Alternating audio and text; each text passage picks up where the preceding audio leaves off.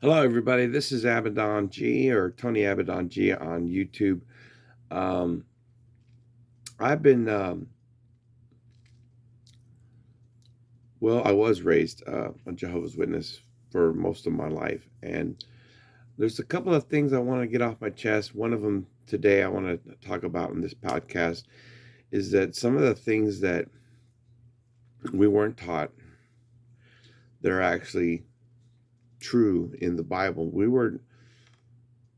And that's just not just, you know, Jehovah's Witnesses, but I've seen it in other religions where they teach that the um, the flood wiped out the Nephilim, and then that's it. As a Jehovah's Witness, I was taught that the Nephilim were destroyed in the flood, but is that what the Bible really teaches? And they have this weird way of saying that seed is some type of spiritual seed. Some that seed really isn't seed, but if you look in the Old Testament, anytime they spoke about seed, they were talking about children, and it's the seed of God that's going to manifest itself in the latter part of the days, and that's coming. But it also talks about a satanic seed. And you look at the world scene today and you see how corrupt and all the chaos that's going on. I mean, it's really getting bad out there, guys. Um, Let me see. Let's take a look at Genesis chapter 6. Now, this is where, and as a Jehovah's Witness, we read this many times. And this is where we get that the Nephilim were destroyed and wiped off the earth. It says, when man began to multiply on the face of the land, and the daughters were born to them, the sons of God saw that the daughters of the men were attractive, and they took as their wives any they chose.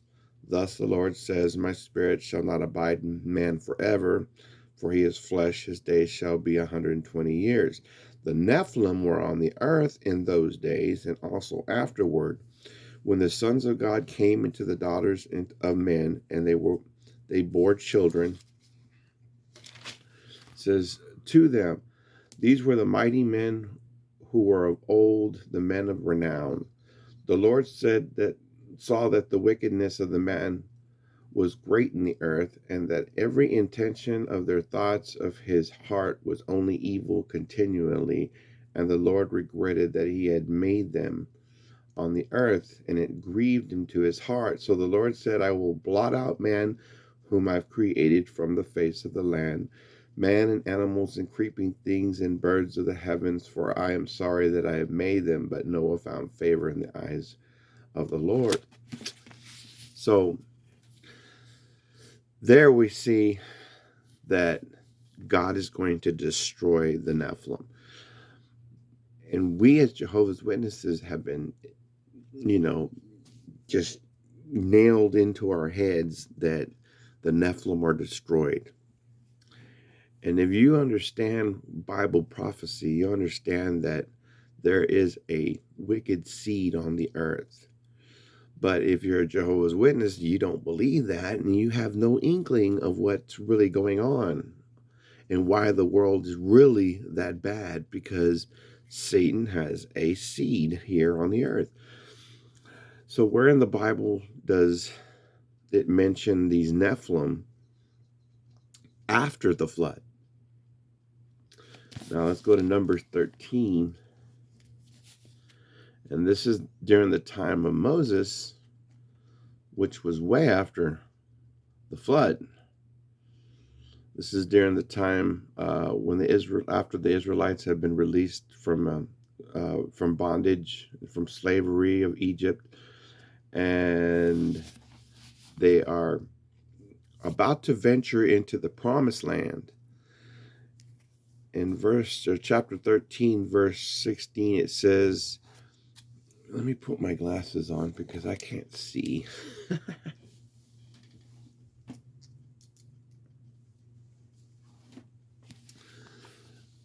Probably should have done that before, huh?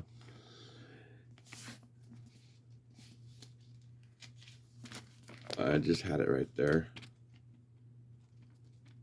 Numbers 13. It says,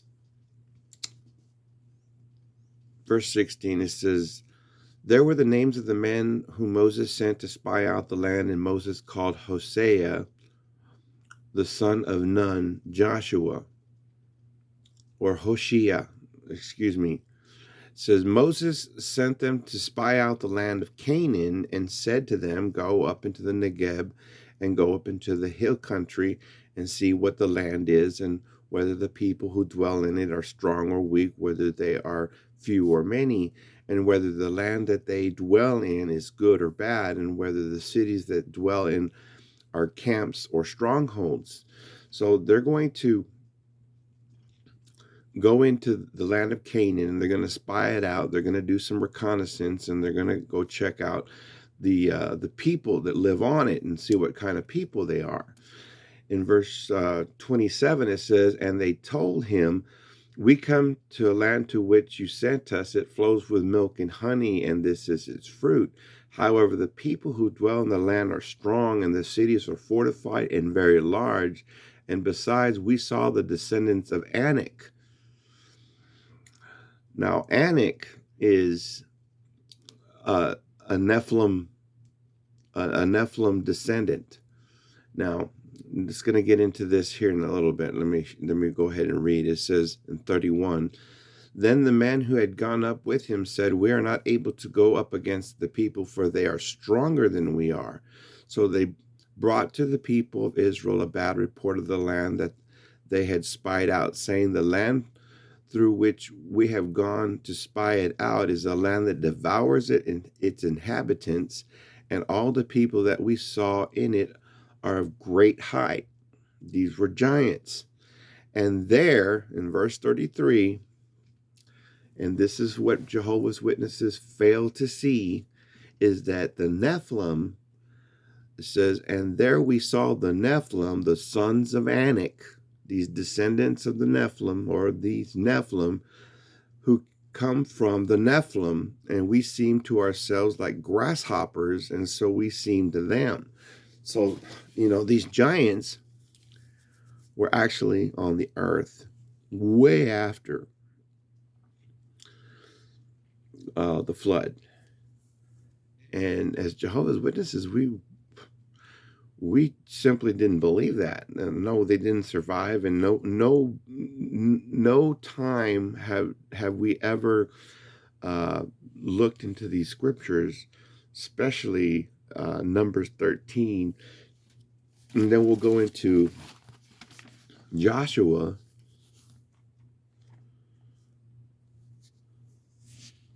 11.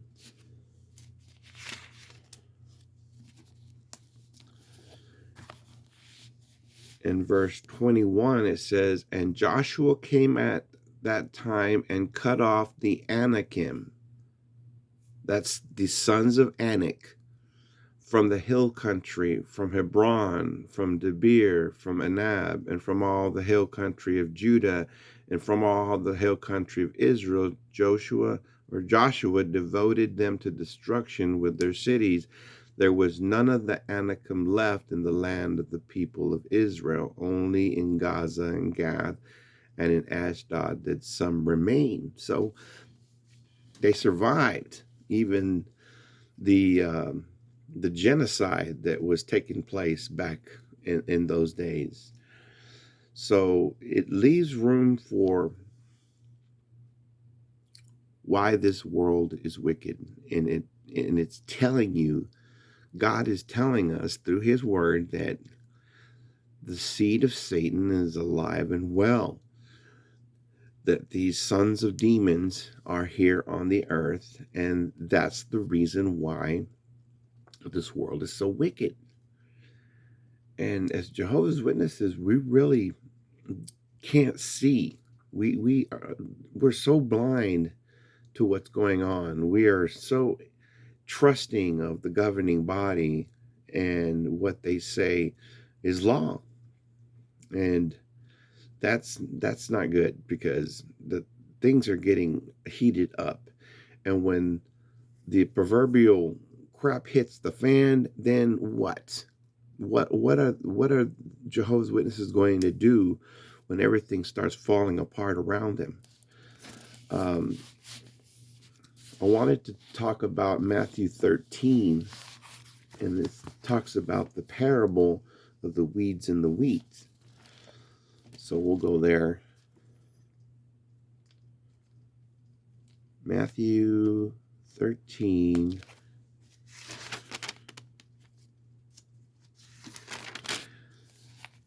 And Jesus gives an illustration about the weeds and the wheat and who they are, but then he gives the interpretation. And I'm just going to read the interpretation. It says, then he left, and this is 13 verse 36. Then he left the crowds and went into the house, and his disciples came to him, saying, explain to us the parable of the weeds of the field. He answered, the one who sows the good seed is the Son of Man. So that leaves open another possibility that Christ had a seed. Because it says the seed, the good seed, is the seed of the Son of Man. That's something else to think about. That's something that we as Jehovah's Witnesses did not embrace. We never, ever thought that Christ had children. But what is the scripture saying? Let me see. It says, the field is the world, and the good seed is the sons of the kingdom. The weeds are the sons of the evil one. So when you're talking about sons, and you're talking about seed, and you're talking about, well, you're talking about children, you're talking about genetic material, genetic DNA, the genetic representation of what was, and that was the Nephilim. The Nephilim were here on the earth, and they still are here on the earth. If you understand what the weeds of the weeds, the weeds and the weed are talking about. It says, and the enemy who sowed them is the devil. The harvest is the end of the age, and the reapers are angels, just as the weeds are gathered and burned with fire, so will it be at the end of the age. The Son of Man will send his angels, and they will gather out of his kingdom all causes of sin and all lawbreakers, and throw them into the fiery furnace. In that place there will be a weeping and a gnashing of teeth. Then the righteous will shine like the sun in the kingdom of their Father. Who has ears, let him hear. So if you have ears to hear and eyes to see, then you see that the Nephilim are still on the earth, that the weeds are the sons of the evil one. They're sons of the devil, and that's why the world is so wicked. Something to think about, huh? Well, I think I've rambled on enough, but it is definitely eye-opening, because as a Jehovah's Witness, we were taught nothing. We were given nothing. They load us down with burdens that are too great for us to endure. And then you see people committing suicide. It's starting to get really bad inside the organization, and people are leaving in droves. And there's a good reason for it. It's because the Nephilim are actually ruling the organization. Think about that. Who would God, or who would Satan put in his stead? Would Satan put his children, his genetic material, his genetic reproduction on the pedestal? Isn't that where they would be? Isn't that where they be? Would they be leading all forms of government, religion? I mean, if I were the devil, that's where I'd put them. That being said, everybody, I hope you have a great day, and maybe you think about it, maybe you don't, but here I am anyway. Like and subscribe my YouTube, Tony Abaddon G. If you'd like to private message me and talk about some of the things that we're talking about here, well, just hit me up at Abaddon G on Facebook. We'll talk to you then.